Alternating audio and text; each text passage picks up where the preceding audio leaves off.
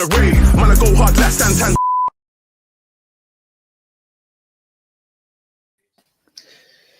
Hello there, good evening or good evening whenever you're actually listening to this recording. Firstly, I'm sure I'm not the first Spurs podcast host to have made that joke, but it still just feels relevant. Obviously, it's me, Expac, hosting. I'll be joined by two lovely co-hosts who are just very awake. First of all, Kevin and Ash, how are you doing? I'm good, man. I'm good. I was vibing out to the intro music because I haven't heard it in a while. So I was like, I got the adrenaline rush and all of that. So if it's flagrant time today, then I apologize in advance. That's all right. I'll just play it again quick. No, I'm joking. Tobes, how you doing? Another holiday? No holiday, man. Even though I did do holiday things, but it was not a holiday. But I'm good, man. I'm good. Tired, but good. Good to be back. Good to be back.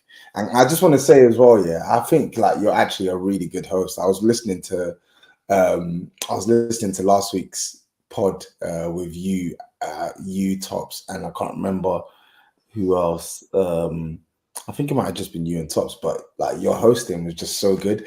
I think like you make a lot of points that are quite funny, and I don't think you're getting your just dues for some of the one-liners you're dropping. You know, it's actually really impressive. I'm very dry humid, so that might be why. Dry in a good way. I was gonna make fun of Tobes and sing "Hands on your knees, hands on your knees." Oh, shut up! But it's Now not all the Smoky one-liners are Says. going round. But no, thank you. Those are very kind words. He is good. So it was a business trip of yours then, Tobes, and obviously getting into the Aston Villa game, you were very much standing on business and at the game. Atmosphere sounded great. Obviously, all the Spurs fans up for the game. We've been waiting for Aston Villa away for what feels like months now, ever since we had the reverse fixture. How did you feel going into the game? Were you confident, and did you expect the lineup that Ange did put out with just a couple of changes? On the first question, yeah, man, I was confident, and it wasn't like a confidence that I expected Spurs to go there and blow them away, but it was a confidence that I expected Spurs to go there, be competitive, and win this game of football because it was an important game in the context of our season and getting top four, etc., etc. And it was an opportunity to play an Aston Villa side who, while they have been like, I think they've been really, really impressive this season. We ran them close at our ground with half our team missing and should have won that game of football if not for inconsistent finishing and not maximizing on their high line, and the fact that we had players missing as well. So like I felt that we did enough to have won that game of football, but we didn't win that game of football. And then in terms of the team that he selected, I was actually quite shocked that he started Brennan Johnson left wing. I was not mad at it at all. I thought the team was still more than capable of going there and getting 3 points, but I was just shocked because I thought he was going to go with his tried and trusted Werner and at left wing, which he has basically deployed since Werner's basically joined the club. But yeah, that was quite surprising to me. Everything else was pretty predictable. The fullbacks, the midfield, he had to have played that team, in my opinion. But back onto the first question, yeah, man, I was just super confident that we were going to win this game of football because I believe that when we're at our best and we have our full complement of players available, for me, it's quite clear that we're a better side than Aston Villa. Yeah, I favoured it. I thought Aston Villa playing in Europe midweek would go against them. I was even saying it on last week's pod as well. I thought Porro being back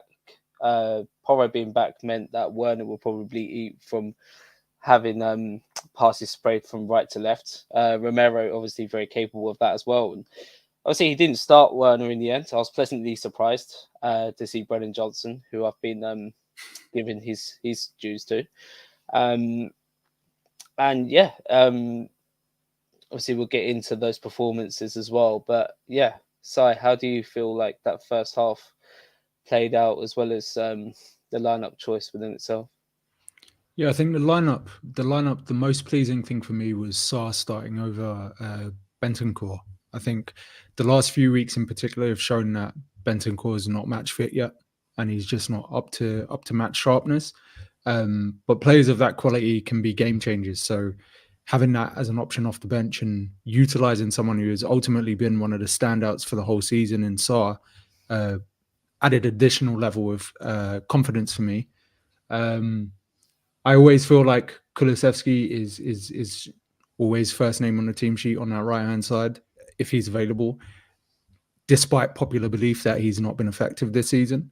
So it was quite pleasing to see Brennan in the role that I think he prefers, and I feel like he had a field day from the first whistle. To be perfectly honest, Cash couldn't really stay with him. The balance of the team looked a lot better because Brennan was driving with the ball. He was attacking in 1v1 situations, and ultimately it just enabled the rest of the midfield and that right-hand side to just function a little bit better.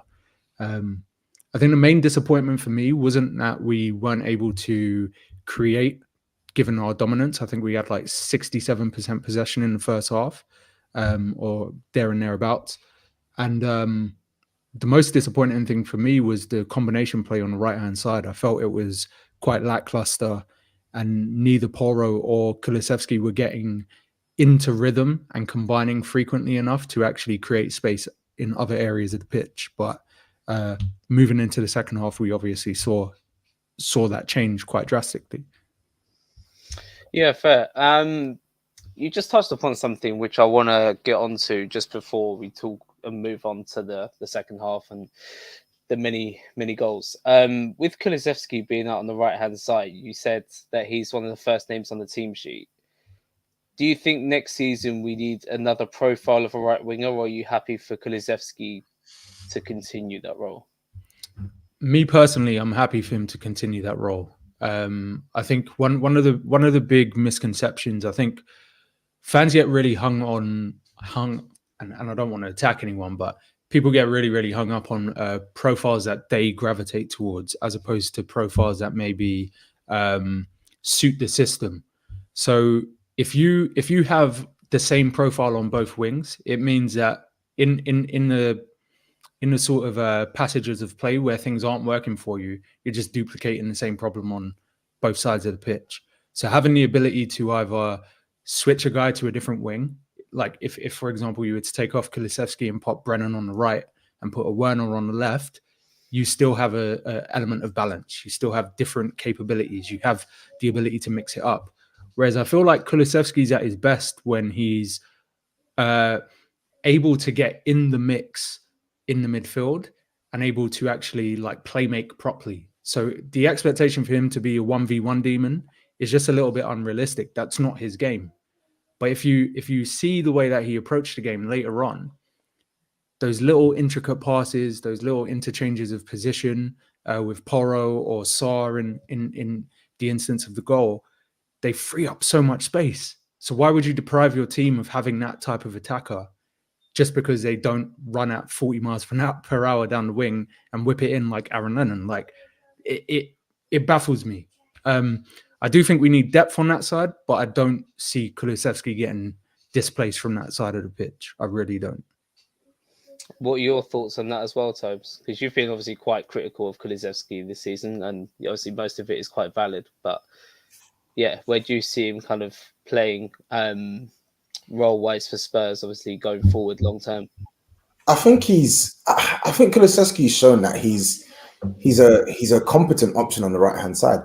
My issue with Kulusevski is I think that we're a team, and Andrew's mentioned it before as well. We're a team where we've essentially like left a lot of goals on the table, and I feel like how can I put this? I feel like we sometimes let teams off the hook, and I think one of the biggest culprits for that is Kulusevski. I do agree with Si. I think there's tangible things that he brings to our game, the creativity. I think up until I would say maybe January, outside of January, February, where I think he's probably played his worst football in the Spurs shirt this season. I think he's been a constant source of chance creation for Spurs, and you've seen that even in games where he's not even playing that well, he will just come out of nowhere, just pull something out of the mud, bit of combo play, or nice key pass, or the pre-assist before the assist, or even in some cases the assist. But in my eyes, I'm thinking if we want to try and go up a gear, I want someone who can do things at a more consistent rate in terms of like the final third output. And that's not just assists, because assists isn't purely down to Kulusevski. Assists is down to other people taking their chances. And I don't think the numbers reflect like his creativity this season. So as an example, Brennan Johnson has got what, like six Premier League assists. There's no chance Brennan Johnson has been more of a creative outlet for Spurs than Kulusevski this season. Kulusevski's created enough chances to be close, if not on double figures, an assist this season. But I want match winners, guys who can win us a game of football more frequently than Kulusevski can right now. That's what I want on the flanks. And it's not just exclusive to him. I think it's applicable on the other side as well. I think if we can get good signings right, it takes our team up a notch. And I think if we can go from someone like Kulusevski being a guy who's competing for a right-hand spot as opposed to undisputed, with a view to then move into a central position, that's where I think Kulusevski can be at his best for Spurs. Like if we were able to get to a position where we could use, and I think me and Jan were speaking about this a couple of weeks back, if we can get to a position where we can use Kulusevski the same way Man City use Bernardo Silva, for instance. Like we know Bernardo Silva can do a job on the right-hand side, but he's super effective in the middle. Do you get what I'm saying? And he dovetails, like he's good enough that you can plug and play him in multiple positions. He can do his thing. That's the way I see things going, or that's the way I see things could go for Kulusevski. I think to touch on that, because I've been a big detractor of that. I don't totally disagree. I have to qualify that, because obviously sometimes we speak in absolutes to really narrow down our point. But as was put in the chat, statistically, Kulusevski is one of the best chance creators in the league. He has 10 big chances created this season, but he has 3 assists. Per game, he has just shy of, or not per game, but over the course of the season, he has an expected assists of just shy of 6. So whichever way you cut it, everyone else around him is underproducing. The one statistic that I do think massively goes against Kulusevski is shots per game. He's at like 1.7 per game, which is for one of your front three is unacceptable. That much I do agree. So if we're able to acknowledge the fact that in terms of chance creation, it's not a problem from the wide areas, I don't necessarily see what we gain to like such a high level from moving him in the middle and getting someone else who ultimately won't be, or it's unlikely to be, of a significantly better standard than him on that right-hand side. So unless we're spending 70, 80 mil on like an already established player, then I don't really know if I'm advocating for that to be where we spend money. But I think that's what we need. I think that's what we need, you know. Like I think we need and it's annoying because like the spend that we want, but Spurs are never going to spend that money, right? But me personally, I think we need like a 60, 70 million pound option on the left and the right. I think if we went into next season, right, with a new right winger and a new left winger, and you had the new right winger competing with Kulusevski, and you had a new left winger competing potentially with Brennan Johnson, right? Because all this time I've looked at Brennan Johnson as purely a right winger, but hey, who knows? Maybe he could switch out on the left, right? If we got into a position where we could have that as options next season, I think that makes our squad so much better. Of course, there's 2 or 3 other positions I think that needs to be graded. But yeah, man, I just think it makes us better. I really do. And I also think Kulusevski, in my opinion, I think his form, like I said, I alluded to, his form, I think his form is starting to pick up a little bit now, right? But I've not been happy at all with Kulusevski's form in 2024. I think he's put in performances that have just been like you can't be sinking to those lows as a player of your caliber. Like you just can't. Like, and I think that's been my issue with Kulusevski this season. Like, when he's good, he's great. Even when he's average, even when he's average, he can still make some chances. But like when you're not having a great game, why does it have to be so like woefully bad? That's been my issue with Kulusevski in 2024. And that's fair. Obviously a very popular player as well, and he's just come out with that article and that video from the Players Tribune, a letter to Spurs fans, and referred to himself as a winger several times. One of my takeaways was he does back himself. Like he was saying that a lot of people say he might be too slow or whatever, but I played in 2 finals for Juventus and ultimately decided one of them. But yeah, like there's been times where he hasn't backed his shooting or backed his right foot. And it's just weird. And so you've been a bit critical of, I guess, Porro and Kulusevski's partnership. I think you get the impression that Kulusevski tends to play better with Emerson. I partly think that's mainly because Emerson just gives him the ball early and then just runs. Essentially, yeah, he's just a decoy for most of the time. Anyway, he just gives Kulusevski the ball and then acts as a decoy, and that's it. Like no combination play needed really. Just lets Kulusevski kind of do his thing.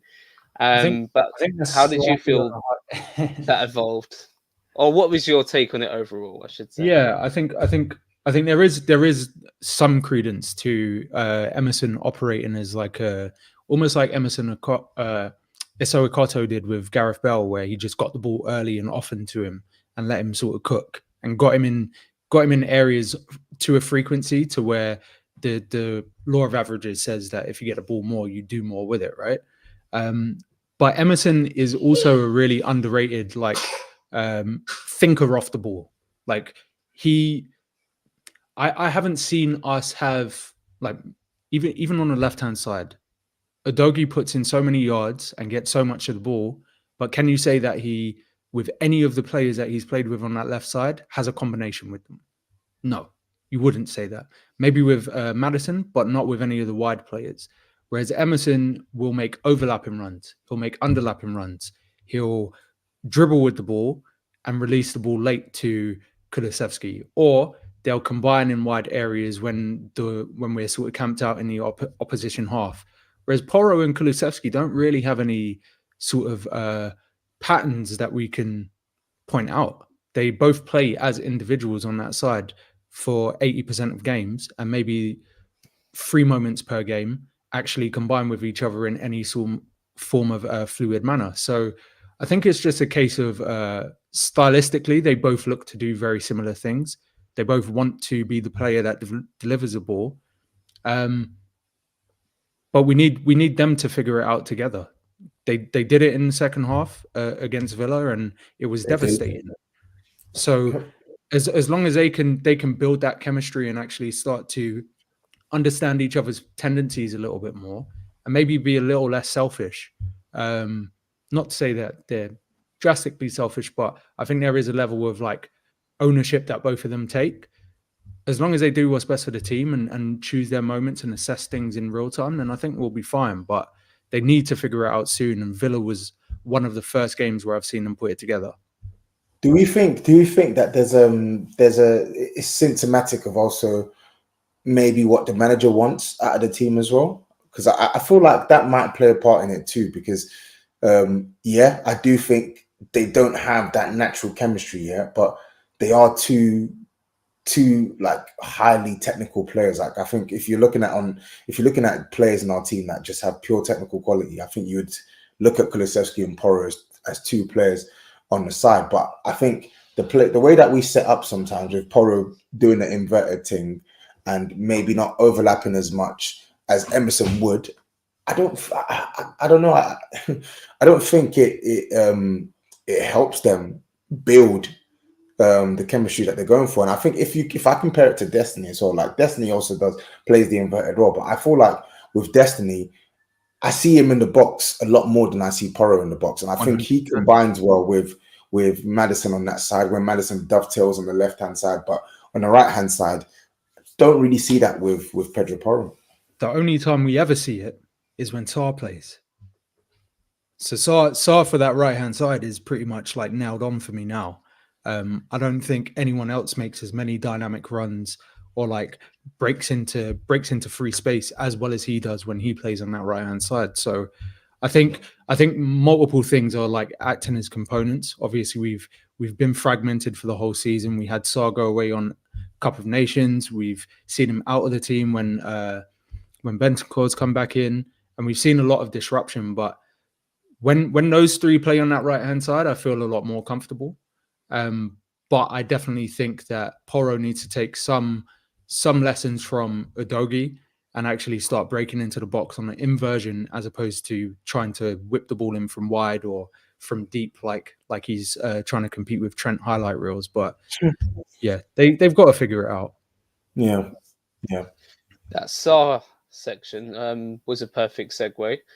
Tobes, talk me through that kind of second half blitz. Obviously, we lost Van der Ven early on in the second half to injury. We welcomed in Dragusin, and yeah, then we turned it up. Yeah, man. I think it was like the pressure finally told her, I think. The first half, you could see that we were dominating possession. I think we did quite well at sort of like forcing Aston Villa to basically move the ball into areas they didn't want to move the ball. And as a result, we were able to capitalize and win the ball back. It's just, I feel like our execution when we were able to reclaim the ball in the first half just wasn't really on point. And we just sort of needed just that little bit of quality just to unlock the door. And once the door was unlocked, then we'd be able to do it with a lot more regularity. And I think that's what you saw with the first goal in terms of the quality that I'm talking about, because Si's already alluded to Kulusevski. I think Kulusevski, I didn't actually think he was having that good a game, but that's the quality that Kulusevski and Porro possess, like quick give and go combined, basically take 2 or 3 Aston Villas at the game.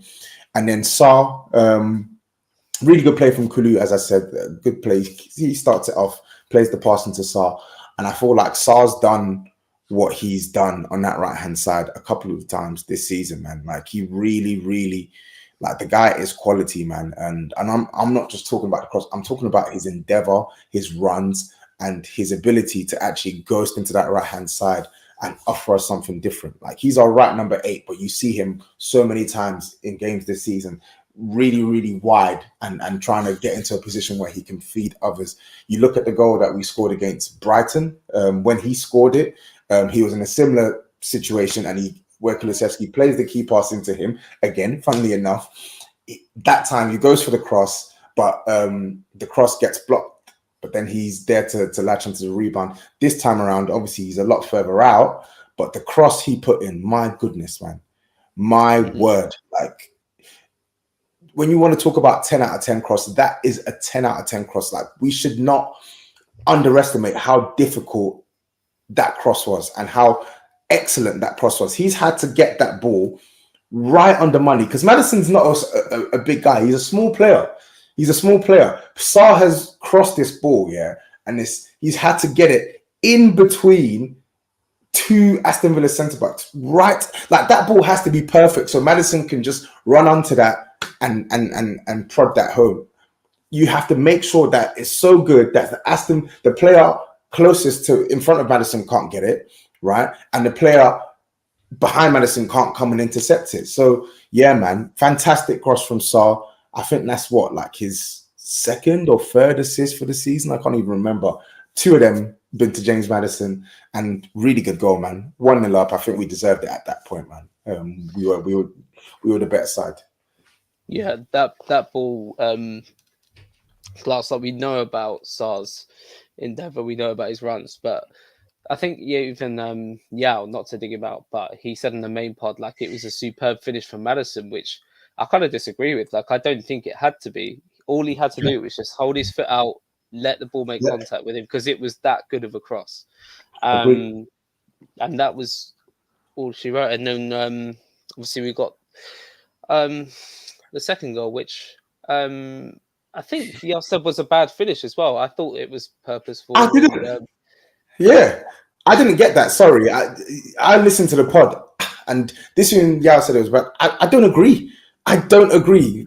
Martinez is a big goalkeeper. He's had to lift that just at the perfect height, so Martinez can't get anything on it, right? I do think he low key shinned it a bit though. I can't. He did. Listen, his he shinned it a bit. His intent. I'm not arguing with his intent. Whether he intended to do it or not, that's a different discussion. But the fact of the matter is, the actual finish itself, it was a good finish because he's roofed it, which meant Martinez had no chance of getting it. And I think that's what we needed. Fortune favors the brave, mate. Fortune favors the brave. I think the lead up is what I have to focus on, because Kulusevski wins the ball high up, which is one of the components of our game that we missed since the start of the season, when James Maddison just seemed to nick everything in the final third, and we were on goalkeepers left, right, and centre. And I feel like that type of component to our game has to be front and centre in our game plan every week. And Kulusevski's picked out Son, who's honestly, I needed to come on this week. As a centre forward, he's world class. As a centre forward, he's world class for me. Because as a finisher, I don't know many that are better. And what I'm seeing from his game now is him actually taking ownership, dropping into area, combining with play, and his timing of run, his passing ability is a lot better than it was before, and his decision making is just fantastic. I've been watching him all season, and I'm like, we've literally prioritized having Pigeon up top because he scored a couple of goals over the only player at this moment in time at Tottenham Hotspur Football Club that even gets close to a world-class tag. And that's Son. I think he was absolutely incredible on the day. The whole second half was the Son show for me. Yeah, he was really good in the second half. Really, really good in the second half, man. It's annoying as well because he had... well, not annoying, because he had a moment in the first half where we won the ball back really well, and he was in that position, and Brennan was on the left-hand side, and I think he played the pass into Brennan, the right thing. I just think he didn't put enough weight on it, so it didn't make its way through the Aston Villa player, cut it out. But listen, man, we were talking about Son on the WhatsApp chat, and I was actually speaking to one of my friends about it today. Like, his centre forward play has been so impressive this season. Like, it's been so impressive. Like, I'm actually like I want to sort of say, yeah, the system's been good. Yeah, it allows Son to be a bit more fluid, etc., etc. But no, I'm not just going to put it on system. I think this guy is mashing work. Like, he's mashing serious work in the central areas, man. Like, and it's not even just the passing in the final third. Like, he's coming short. He's coming short. Yep. He's linking play, 1 touch, 2 touch passing. Like, he's really been a revelation for Spurs through the middle when he plays. And to your point, yeah, Richarlison has scored goals. He's scored goals, so Andrew's put him there. But the levels, it's just different, man. It's actually just different. It's gravy. Like, it's mad. People talk about hold up play, and like Richarlison is like considerably more physical than Son is supposed to be. But he can't do half of the stuff that he does. It's like the crispness is just different. It's like we see the Brazilian woodland pigeon, the pretty pigeon in the other part of London, get all these plaudits for build-up play and shit. And it's like, come on, man. Like, Son's already exceeded this dude, bro. Like, what is going on here? Like, gosh. Son needs his flowers, man, because he's in the twilight hour of his career, realistically. But I feel like he might have a career resurgence for the next 2 or 3, because what he's doing at the moment is just so much more sustainable than just bursting off the final man and just running full tilt every time he gets the ball. So shout out to him, man. That's a real captain. Listen, he's leading. He's leading. Listen, I ain't gonna take the bait. I'm just gonna give Son his praise, but I want to shout out Brennan Johnson, man, because like, we've given him a lot of stick, and I think rightly so, because his performances in a lot of games just hasn't been good enough. But what I've really liked about his performance, not just against Aston Villa, but against Palace, is just the intent and the endeavour as well. Like, don't overcomplicate your game. Keep things simple. Work hard, and when you have the ball, just be direct. Like, I felt like that was his theme against Aston Villa. Every single time he had the ball, he was looking to go at Matty Cash, go at him. He's not good enough. Like, even if you aren't the most skillful player, you have got pace, you've got strength, and if you've got determination, you'll get past him. And we've seen in earlier games this season, right? In earlier games this season, I've seen Brendan Johnson scare the life out of fullbacks, and he's not really doing that much. It's just because he's actually like he's not a big guy, but like he's physically imposing at times on the pitch, and he's got blistering pace. Like, use that to your advantage, and actually go at guys. Honestly, go at guys. You get your reward. I thought he was fantastic against Aston Villa, and I thought he deserved his goal, man. He worked hard. He worked his socks off. Well, he's our best left winger at the moment. Like I say, he's not just contributed against Aston Villa now. It's Brentford, Brighton, Palace. Now again, Villa, clutch. And I just remember thinking back to when he started left wing. He obviously started left wing at the Emirates and did pretty well. But when he started against Chelsea, it was just cooking Reece James for fun. Mate, that's scared the life out of him, man. It didn't have to do that much either. Just stick to the basics, which he does really well. Like, he doesn't do anything advanced. Obviously, he's not that great at that, but he's very tidy with all the basics. And really and truly, he hasn't let us down. Yeah, he just keeps on getting in really good positions, and he's been very useful, I've got to say. He's getting over the BCM Brennan accusations. So slightly. Wait, who was calling him Probably sucks. You know how it works. So off the It was appropriate. It was appropriate. And Owen, you're cheeky for that, saying, "Oh, he hasn't let us down this season." What, brother? What? When has he missed? Huh? What do you mean? When has he let us down this season, bro? We've been watching the tapes, bro. We've been seeing these games. What are you talking about? Has he actually let us down? Yes, big chances, rude boy. No. Yes, he has. There's been games where there was like a 10 or 11 game stretch where like he actually stunk, bro. Like, I was like, yo, what the hell is this smell, bro? The smell was literally like traveling all the way up into the south stand. Like, that's how much he was stinking, bro. But props to him, man. I'm happy that he's in good form, because ultimately, if he's in good form, we are better for it. And you can see it's actually paying dividends now. He's scoring big goals, and most importantly, he's playing better. That's what I care about the most, right? If you're playing well, all of that stuff will come, right? I would much rather Brennan Johnson be playing well and scoring here or assisting here than, okay, yeah, you're scoring. You may have a little burst, but you're not actually playing that well. Like, he scored against, I think it was Brighton. He scored the winner against Brighton. Great goal. I mean, great to get the late goal, but his cameo was terrible. He was absolutely awful. I would much rather prefer to see the Brennan Johnson we saw against Aston Villa and Crystal Palace, where, okay, you're making your contribution, but like, you're actually playing well. And I can say, you know what, that gives me encouragement for what you can give us in the next game and the next game and the next game. Fair enough. Some slightly unfair comments in there about that, but it's not just me. It's not just me. The man done even said it as well. But no, moving on to the last two goals, where good points were made about Son's captaincy. Great finish for the third. What I love. Do you want to talk about the red card before the third? Because oh yeah, of course. Can we talk about that? Yeah. Have you guys? I don't know if you guys have seen it yet on Twitter, but Aston Villa fans are spreading. So basically, McGinn, someone basically went for a ball. McGinn had the ball, right? They went for the ball. So obviously, I think they were late. They're actually trying to go for the ball. They were late, and they've ended up basically kicking McGinn on the ankle. He's gone down, but the player who's done it has not even received a booking. And I'm seeing like 2 or 3 big Aston Villa accounts or some random Aston Villa fans say, "Oh, this is the exact same thing that happened against Spurs. Look at this, not even a yellow card. It's a shambles. How did McGinn get sent off?" So I need you, man, to please explain to these villains, because that's what they call themselves, villains, why John McGinn got sent off. Like, I don't know what they're talking about here. Just simple 2 words. cry more. Mm. Cry more. Because the game was done, man.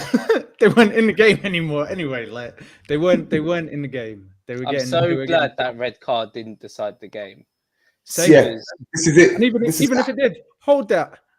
Yeah, yeah. Who No, cares? I'm glad we made them retreat on their own patch. They actually set up to retreat before the first whistle went. Facts. We went 2-0 up in the first half, and he lost his head as a captain because he was wasn't he the one that played the poor pass for the second goal that got closed down? Nah, it was Konza. Konza was the one that played it. Tielemans got gegenpressed by Kulu, and then we scored. Yeah. Damn. It is what it is, man. It was a terrible challenge. Like you could see what the intent was, and it's just like, come on, man. Like I know 100%. people say, "Oh, it wasn't dangerous," blah blah blah. But yeah, fuck it was.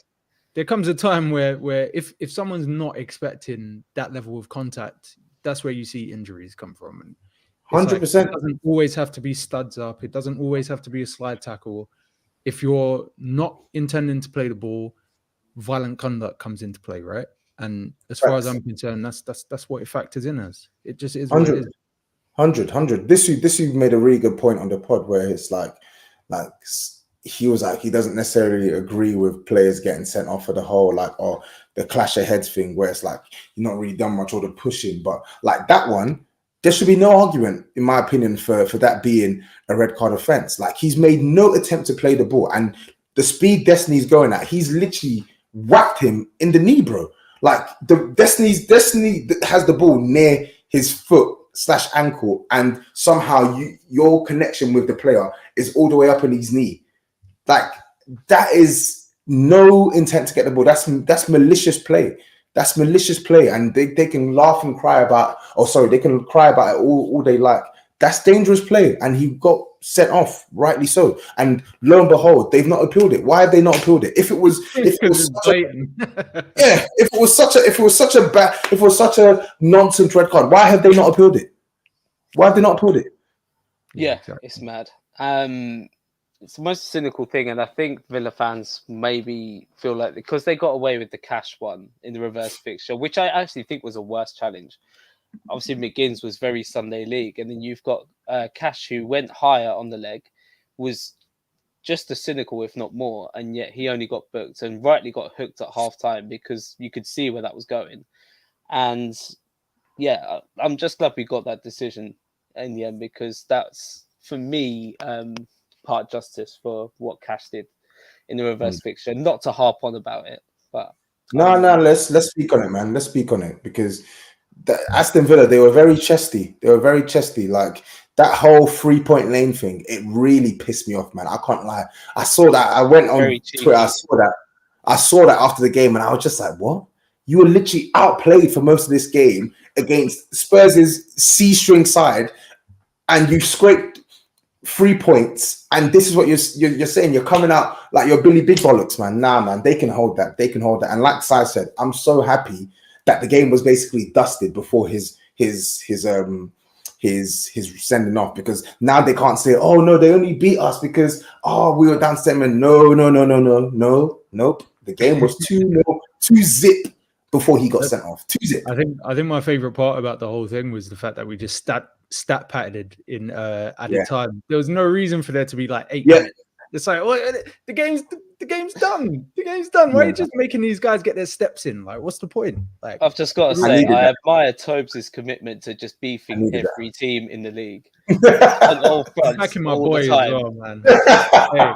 Hey, who's that Sheffield so brother? Hold that. Hold that. Oh man, he's mad as well. You just keep coming back, spinning the block. I'm just like, when you were replying to that tweet from like a year ago, I know you had that bookmarked there. Just bro, ready, bro. I just said, you know what? I literally checked it. I said, you know what? Bide your time. Like, that's my new mantra now. Like, I may be angry in the moment, but I also say to myself, be patient. Your time will come, man. Your time will come. There'll be something that I can use to just get a leg up. And once I've got that leg up, it's over for you. Yeah, you're finished. You aren't allowed to go back to Luton now.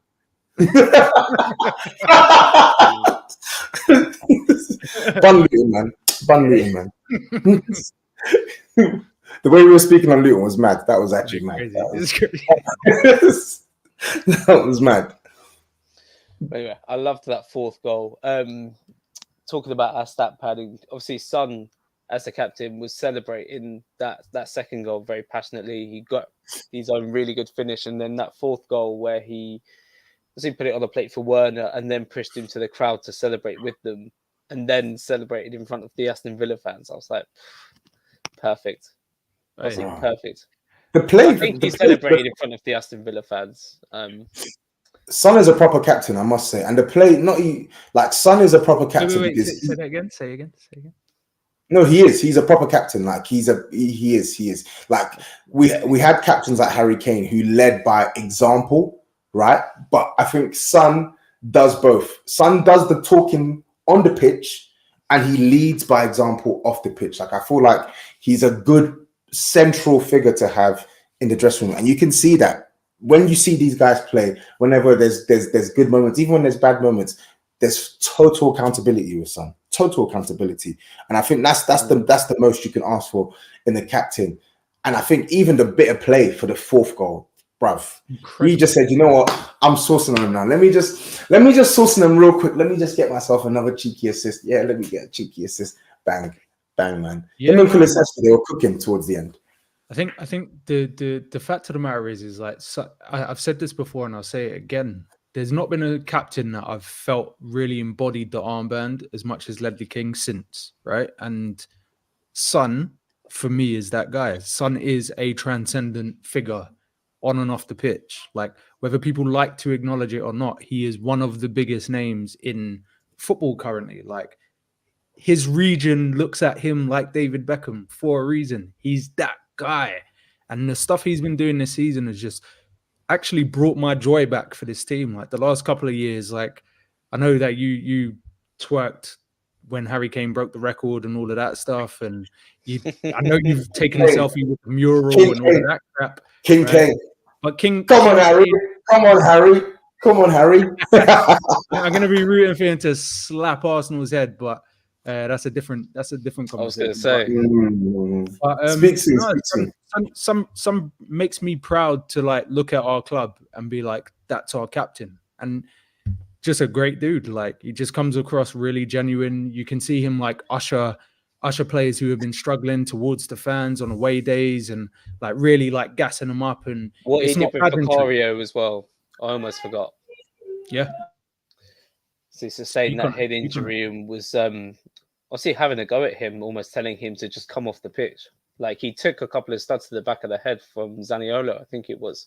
Yeah. And quite clearly you could see there was a little bit of a wound there. Physio's obviously giving him a bit of treatment. And he's just basically like shunting him, like, get off, go off. Now we can use a concussion sub, it's no big deal. We already 4-0 up at that point as well. Or like, was it? No, that was I think we were 2-0 up. It was 2-0 up when that happened. Okay. Yeah. Even so, still great captaincy. It's just another example. He's a human. He's like he's a modern captain for me, and I will harken on about this. I'm so glad we're past the captain has to be the guy that just shouts at everyone. It's like, no, give me emotionally intelligent leadership, right? Emotionally intelligent leadership all day, every day over all of that old school bollocks. I don't want to see it anymore. Why is this the first time I've heard Unai Emery called Loki? That's top. That is top. That's the problem right there. I've heard him be called a vampire. I've never heard him be called Loki. Gosh, that's so fit. Leader of the TAV, right? Oh Lord. TVA. Yeah. Yeah, I know, but Aston Villa AV, you know. See. Whatever. I was too sad. I was there. Put my head up. Oh my God. Shame. You know what? Yeah. When you don't catch on the sides like quick-witted puns or takes, it's just like, oh man, damn! I've really just made a fool out of myself in this pod. But before we move on, though, like the points we made about Son, like I just want to have a conversation because in the summer when he was made captain, I think most of us were pretty happy that he got the captaincy, but I felt like there was a lot of resistance from the Spurs fan base as to why he shouldn't be captain. And I don't know what's looking back at it now in hindsight, like what's your opinions on that? Because it was mad to me then. And pardon? Of who shouldn't be captain? Son. When he got made captain, there was a lot of resistance and question as to why he was selected as a captain. And I think for me, it was like the standout choice. I didn't really see why he shouldn't have been the captain. So I just wanted to bring it up. It was just a bit, I don't know. Yeah, gosh, I'll end up being that guy, but I think there's just stigmas about certain players from certain places, man. Like, I'll be honest. I'll be totally honest about it. It's like we can love Son as much as we want, but we know that like there's a little bit of like sometimes an ill feeling that like let me frame it this way. A lot of the time, a lot of our fan base get classified as Son fans as opposed to Tottenham Hotspur fans.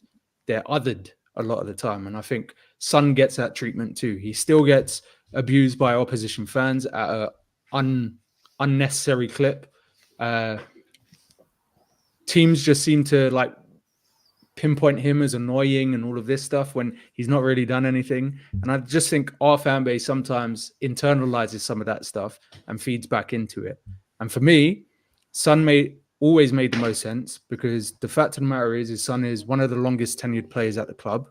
Son is one of the most successful players at the club, both internationally and club. Son is ultimately one of the most liked players in world football. And ultimately, he has the most credentials, just from top to bottom. If you look at someone like Romero's had more bad patches of form. Maddison is brand new to the club. There is no other option, realistically. And Son has been the spiritual leader of Tottenham Hotspur Football Club for at least the last 4 or 5 years. So, yeah, man, I think there's a little bit of nepotism and unconscious bias, I think, that comes along with that stuff.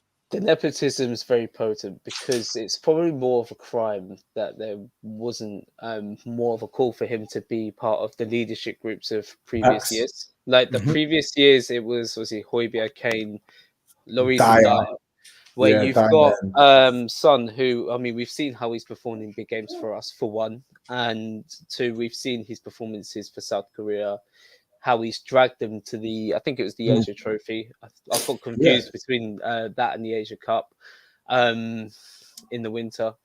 But he dragged them to that trophy that they ultimately won. And you just see how he is as a likable guy as well. So it was the most obvious choice. Like, I think my only pushback for this new leadership group was Maddison, because he was new. But other than that, I think that was a good choice. Was given hindsight, and I don't even remember there being pushback for. Yeah, there was resistance. There was definitely resistance. I think under points as to why he was the obvious choice as well. If people just want Højbjerg as captain or something, I'm not even saying that to dig him out, but people seeing this that. Probably. I can't remember who they wanted. I just think there was a lot of people saying why Son. I guess it's more so because of the season that he had previously as well. I think that left a nasty taste in people's mouths. But ultimately, I know I'm not going to say pause. So no, right? But I think another thing that needs to be taken into consideration with the Son decision was the fact that this is a guy who genuinely loves the club. He's loyal. He had the opportunity to leave the club. He did not leave. That signed contracts when Nuno came in. Bro, like that. For me, like I will always, no matter how frustrated I am with Son, I will always love and respect Son at a club for stuff like that. Because players in the past have left when they've had that opportunity. He did not leave. He signed and then went on to give us one of the best seasons that we've seen from him in a Spurs shirt as well. So for me, he'll always have the respect there, and I feel like he's the benchmark when new players come to the club. He's the benchmark of what you want to see from our players. Develop into, 100%. And the last point on the Son captaincy is I will always choose a man that's military trained over a man that will sacrifice his kids every single time. Every single. You bang this up, bro. You bang this up.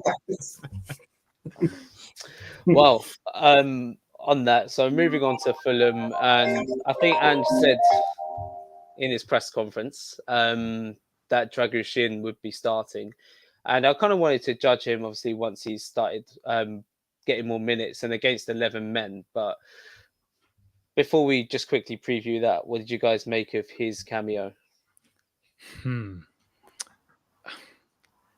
I wasn't as I thought impressed it was as everybody else, man. I thought he was loose in possession. Really? To begin with. Yeah. I thought it was good. I do. I think there was a moment where he almost he gave the ball away and we managed to not concede, but I was like, you got to be a little bit more on your toes. I think it's difficult coming on in second half of a game, so I will give him some bail, but ultimately, like, it was an okay cameo. It was an okay cameo for me. Just okay. And so you thought he was good. Do you I mean, we have no choice. I would feel. I guess I have to feel safe with him. But I'm not gonna lie. I thought he looked good, man. I thought he looked good. I respected the fact that he didn't just come on and just leave it down to, oh yeah, I'm gonna do my defensive work. I like the fact that he wanted to try and take some responsibility in possession, even if all of the passes weren't successful. You look good. You look good. So yeah, man. I get it. It's crumbs. It's crumbs. And eventually, obviously, they went down to 10 men. But yeah, man. I need to latch onto something to give me encouragement in his performance. His performances to come against Fulham and whichever games that he'll play. So yeah, Can't just get by looking like Jason Momoa. Like he looks like a pastier Jason. Apparently, he's been really stringent in his training as well. Like, he's been training really, really well. He analyzes his training and his performances for hours in his spare time. So I like hearing about that from him as a character. And I think even an okay performance is a good foundation to build on. Because I looked at him and it looked a little bit, God, what's an unpause-worthy word? Fuck it. He did look a bit stiff on the ball. With some of his like ball retention, like he was very right foot heavy. Maybe he's just more comfortable out on the right. But yeah, with Aston Villa going down to 10 men, yes. Did they throw on all of their attacking players and their flair players? Also, yes. So I do hold a decent bit of weight where he was able to be confident against the likes of Bailey, Watkins, Zaniolo, even though I think he's a bit dead, and Diaby, who I think is electric, to be fair. So yeah, I think it's a good foundation to build on. I don't think Fulham have particularly potent attackers. They've got good ball retainers, but yeah, they've got an informed striker in Muniz who could cause some problems. But I think he's got a good foundation to build on, to be fair. Yeah, I think it's. I feel like the game on Saturday probably suits Dragushin and Romero, because like that Muniz guy, he looks like he wants to tussle, man. Like he's a physically imposing presence, right? And I feel like we're probably going to need to go machine for machine to try and keep a guy like that at bay, but just not be too overzealous, right? So I'm intrigued, man. It's one of those games where like I want to say we should go and win, right? When we have now that we have like a close to fully fit team available, but Fulham are just a weird side in a sense where they can really like pluck these performances randomly. So yeah, man, it's going to be an interesting game. It's going to be an interesting game. I think it's another game where I got payback on my mind, because it's like, I don't dislike Fulham or anything about that. It's just more the fact that they obviously knocked us out of the League Cup as well. And on the balance of play, I think they probably deserve to knock us out in the League Cup. We didn't play well. But yeah, man, we need to try and get it back in blood, man. Get it back in blood and try and get back to winning ways at Craven Cottage. Yeah, you're right. Fulham are a weird side, and I mean, I'll put their win in the League Cup down a lot to Fraser forced attacks, and with Fulham, it's weird because on paper they look like they should be in the relegation zone, like flat out, especially with Jimenez injured at the moment. And credit to their manager, to be fair, they've managed to set themselves up in a way where they're just very hard to beat, and they actually maintain a bit of a goal threat and manage games well. Like that win at Old Trafford was actually quite impressive. I think they're getting a few more players back as well. Especially in the Wobie, but I still expect us to win. I think it'll be a 1-0 though, just like it was in the reverse fixture last year. I think it was Kane scored from the edge of the box, just wrapped it in what was just a very, very tight game. It was a terrible game. We were so bad, so bad. We were so bad in that game. I think we're going to concede, to be honest, and I don't really want that to be the case, but I think we're going to concede. However, I also think we're going to win. I think I'm going to go for a 2-1. I think Son's going to score again. And I think I'm going to go for Kulusevski to score. Right. I feel like he's due a goal. So I think we're going to win that game 2-1. But just on your point on Fulham, I actually do think they've got a decent squad relative to what they're aiming for. Like, they're a mid-table team. I don't see them as anything more than a mid-table team. So, like, 10th, 11th, 12th place finishing side. I think they've got a squad that befits that position in the league table. And I think in the defense, I think they got a few decent players as well. But, yeah, man, man for man, we should be winning this game of football. So, yeah, I'm still going to stick to my 2-1 prediction. Fair. I think there's been rumours that like Maddison might have a knock. We know Van der Ven's out. Udogie, hopefully he's all right after that McGinn challenge. Other than that, yeah. Sai, how are you feeling going into Fulham away? Yeah, funnily enough, the chat is drinking from Stradamus fountain today because 3-1 is what I'm feeling because. I don't know. Fulham is one of those grounds. It's small pitch, traditional old, rickety old stadium. We can't go there and like do the Rick James fuck your couch type of thing because there's no furniture in that place. But I definitely think we just ransack it anyway and just have a bit of a jolly up and leave there with 3 points. Scorers, I want to see Son score every week because the celebration is dope. That's pretty much it. Cold, but very cold. Just think, I've got a feeling that Werner's going to pop up with another goal. I'll take it. Pigeon might be back as well, and you know, Pigeon just scores dusty goals. So yeah. Wait, on that point on Werner, when is it we have? Because I saw recently we actually have a shorter deadline to make the move permanent than I thought. I think it's like next month or something. You should ask at what cost would you want Werner to score against Fulham? Because if he does and he keeps on contributing, then we're going to be forced to make a decision early, and I think it's leading towards a certain way. I don't think so. You know, just ask Tobes when he's given Ash the £50. That's not. Basically the question. He's gonna give me the 50 quid. He's gonna give me the 50 quid. He did like you got you got to taste reality once in a while, brother. And Werner is gonna get signed. Like, no, we know how this plans out, man. Please, we know God, how it pays please, out. No. All I'm saying is, for me, I would take Werner if it means that Solomon never returns to the manor. Ooh. You know what? Fair enough, man. Fair enough. I was speaking about him today in the touchline, like the touchline FC chat, and I'm not gonna say what I want to say.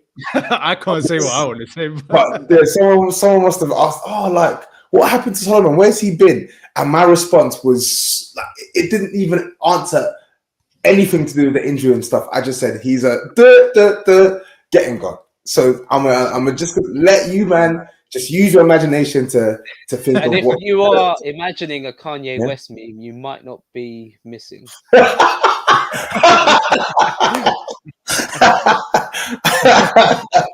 All right, man. All right, get that guy gone. But, yeah, we gotta post that.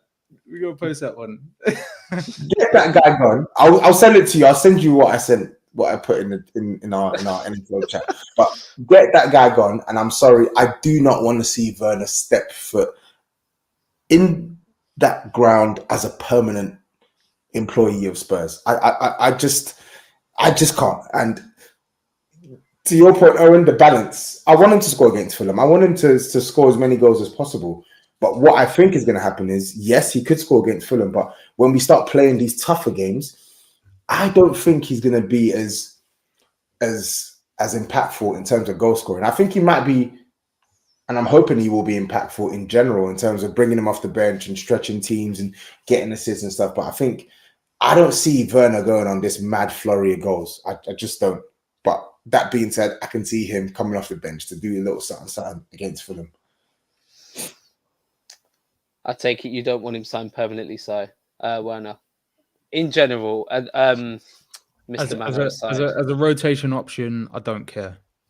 As long as it means that other Ute isn't ever at Tottenham Hotspur Football Club again, I am fine, because I cannot see another propaganda post from him or the football club in support of him. I want him gone. I don't ever want to see that guy in our club again. He's a waste man. He can suck his mum. And yeah, complete that out if you want to, or you can keep it there and everyone can clip it and send it to him. So yeah, I've got a song specifically for him that I'll save for the group chat. But yeah, he's waste. Werner's not great, but as an option, why not? Why not? I can see Werner cooking in Europe, you know. But Just not. With the reports that Richarlison could potentially be going to Saudi, it's like one bum for another bum, man. Like, it is what it is. It's fine. Fair. I was going to wrap the pod up on the Fulham predictions, and we've made them now. But there's been a pretty prominent topic on the timeline recently, and it's this. There's a comment posted in my _ghost.88. Maddison or Odegaard? I'm just going to say what I said at the start of the season. I still think Odegaard edges Maddison. But there's not much in it. I don't think either one is clear of each other, but I wanted to get your takes on it. Yeah, I don't think I agree with the last part that I don't think either one is clear of each other. And I think in most cases it's a preference thing, right? Because I think when you look at what both players do, they're doing things at a fairly similar clip, right? In terms of the close control, the passing, the dribbling at times, the goal scoring, assists, creativity. Like, they're just both like supreme playmakers in my opinion. But the reason why I'm going to edge with Maddison is because I just feel like Maddison is more likely to win me a game of football than Odegaard, whilst offering the build-up stuff that Odegaard can offer. So what I mean by that is I feel like Maddison plays with a little bit more brute force in the final third. Like, he will punch that pass into the runner and get that big chance created. And I'm not saying Odegaard can't do it. I'm saying I feel like Maddison will look for that pass more. And then I think it's fine margins again. But I think Maddison's got a better weak foot. Like, I don't really think you can, like, in basketball terms, I don't think you can guard James Maddison. When he's rampant, I don't think you can. I don't think there's a plan to keep a lid on him, because I feel like he can hurt you with both feet. And I've seen that in his shooting and his passing, right? I feel like with Odegaard, he's extremely wedded to his strongest foot, which is his left foot. If you try and put him in a position where he can't use his left foot, I think he struggles. And I don't think you can say that for James Maddison. I think he's very comfortable making passes and taking shots with his left foot versus his right. So like I said, fine margins, but I'm picking James Maddison. It's an interesting question. I've never considered it. And I would say that in normal circumstances, Odegaard would be the profile that I'd more gravitate towards, because I don't care as much about like the statistical output in terms of goals and assists. But what I will say that favors Maddison at this moment in time, in terms of my preference, is Maddison can fit more styles of football. I think that's been shown already. over his career. Whereas I feel like Odegaard is in the perfect situation in terms of stylistic fit. And I think there's only maybe 2 other clubs that he could go to in world football and be successful at this point, or produce at the same level. And that would maybe be like Man City, possibly somewhere like Barca, who play that style of football, where it's very possession based, very technical, and very like just ball retention and all of that good stuff. And he would be able to shine on that type of platform a little bit more than Maddison. But Maddison is a jack of all trades, master of a few too. So yeah. Yeah, fair enough. All right, that'll wrap up this pod. Thank you guys for joining me, and thank you to all the viewers at the moment. It's saying over 400 concurrent viewers. So yeah, fair play for spending your Friday night with us. We enjoy spending it with you. Check out our socials. We've got New Spurs Order at TikTok, on Instagram, on X/Twitter. Yeah, look out for the audio version, which is posted every Saturday morning. But for now, peace out and common you Spurs once again. Wow. Peace.